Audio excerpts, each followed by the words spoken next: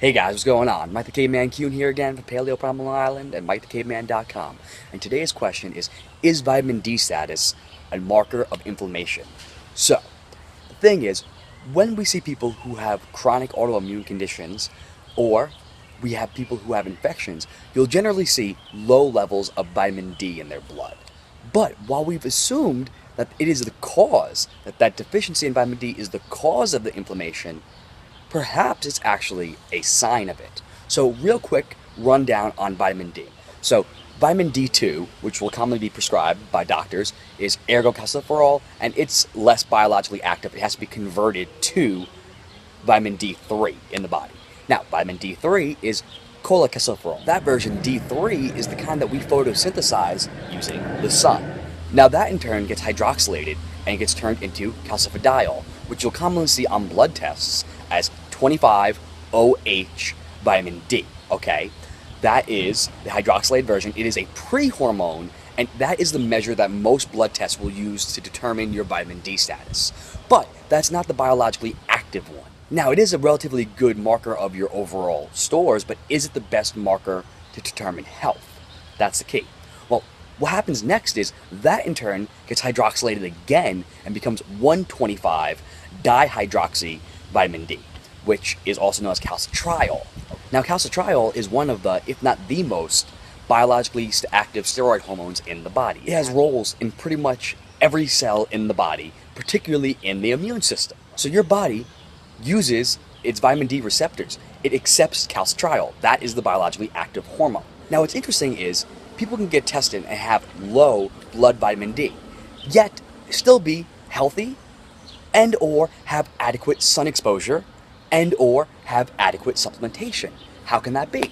Right? We're taking it in, but it's not getting into our system. Why? Well, generally what's going to happen is if that pops up on your blood test, your doctor's going to tell you to take some more vitamin D. Now, that comes with the caveat that you really need vitamin K to make sure that vitamin D is putting everything in the right place, but we'll skip over that for now. The important part for right now is if you are getting in the sun all the time and you're supplementing and you're eating foods that have vitamin D, why is it still low? We don't really worry about that.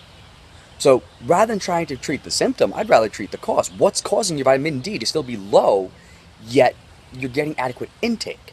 Well, that's where calcitriol comes in.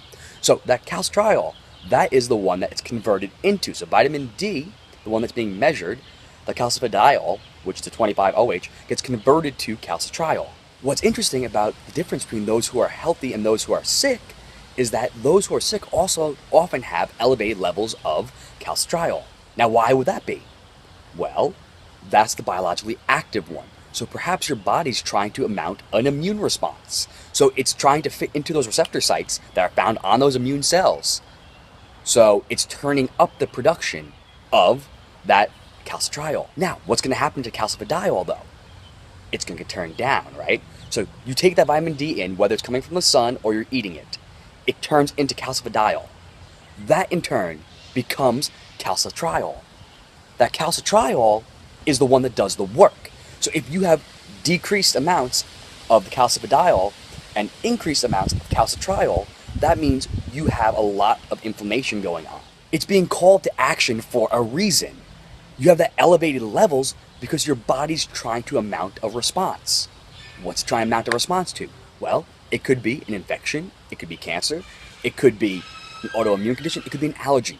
Basically, any one of those immune dysregulation conditions. Why? Well, you have inflammation going on. So your body is sending that vitamin D, the active version, the biologically active version, that calcitriol, to the inflammation site to help deal with that inflammation. It's helping to modulate the immune system.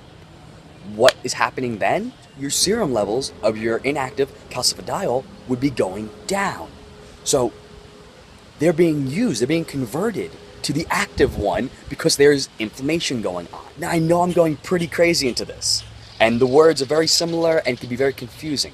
The takeaway is when you get your blood report and it says 25-OH vitamin D, if it says that your levels are low, the biggest thing to look at is to see if you have any other markers of inflammation. So some of those other markers might be indicative of that chronic inflammation, And that vitamin D, that low levels of vitamin D, might be the result. Now, I'm not saying that you shouldn't take vitamin D or get in the sun. Clearly, you're running through your supplies, so you want to make sure you have adequate.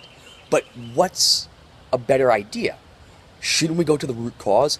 We should figure out where that inflammation is, deal with that inflammation, and then your vitamin D should normalize. So, you should have adequate amounts of vitamin D in that calcifidiol, that 25-OH. But the more important marker is the active one, that 125 dihydroxy vitamin D. That one, calcitriol, tells you that there's probably some inflammation going on. So if you are somebody who repeatedly has low levels of vitamin D on their blood reports, rather than freaking out, go through the steps you need to. Get in the sun like we talk about, but also request that your doctor order 125 dihydroxy vitamin D. That is calcitriol. That one is the biologically active one, and if it's elevated, you have a pretty good handle on the fact that you have some kind of inflammation going on, whether you notice it or not. Alright guys, hopefully this helped you out a little bit. You know what to do though, like and subscribe down below, make sure you share it with your friends. If you have any more questions about this specifically, or anything else, of course, you know where to find me, over on Twitter and Instagram at Mike the Caveman, over on Facebook at Paleo Primal Long Island, and of course over on MikeTheCaveman.com. That being said, guys, have a wonderful day. Get in the sun, get that vitamin D, but be aware of your inflammation. Get to the root cause. I'll see you tomorrow.